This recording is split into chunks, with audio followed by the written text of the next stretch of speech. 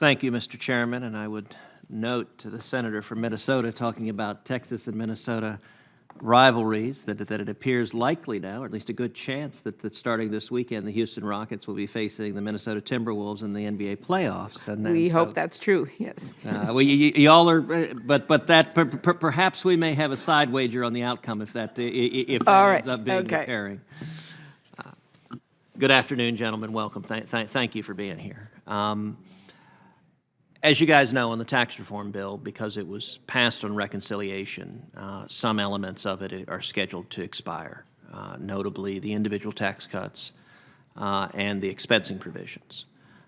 In your judgment, what impact does the expiration of those tax cuts have on likely future economic growth?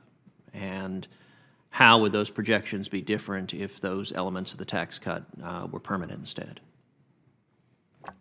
I think you see those impacts in the CBO analysis, where there are strong near-term impacts and they diminish over the 10-year window. Permanent tax policy is always more powerful and better than temporary tax policy, and that, had it been possible, would have been a preferable route to go. I agree with that. I think when you look at, from a manufacturing standpoint, the expensing provision is what really allows so much of the growth that we're seeing in this year and kind of moving forward. But we would like to have seen those made permanent. We hope that they are made permanent at some point. The typical approach it would be for a company like ours, which is privately owned, for the proprietors to increase their own wages in order to offset the increase in taxation. So if we want to maintain the benefit of the tax cuts to our corporation and retain money in that corporation, which is what we want to do, then the way to achieve it is certainly not to increase the personal tax.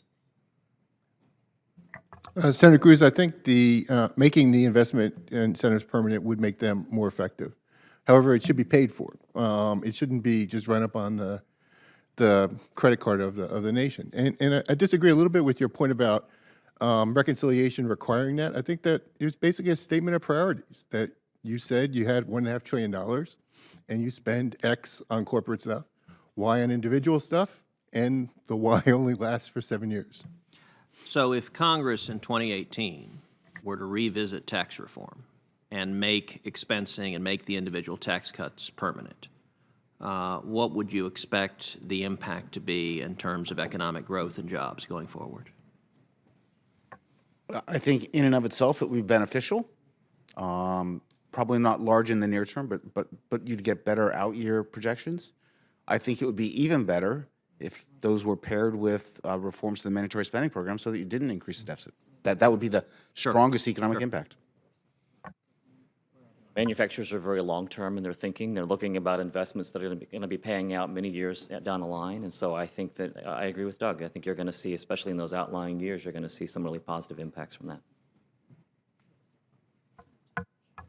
Our programs are, as we look at it presently, we are looking towards a longer-term future as a result of the tax cuts for aggressive investment in the company. So if we look down the road and we're saying that there's going to be a reversal of these kind of things, it makes it more problematic for us to set our plans. And I just think there are going to be plenty of opportunities for Congress to revisit this tax law, that you have things that expire in 2019, 2022, 2025. There'll be plenty of opportunities to take a look at it and look at what our fiscal situation is and make the necessary adjustments. Shifting topics to regulatory reform.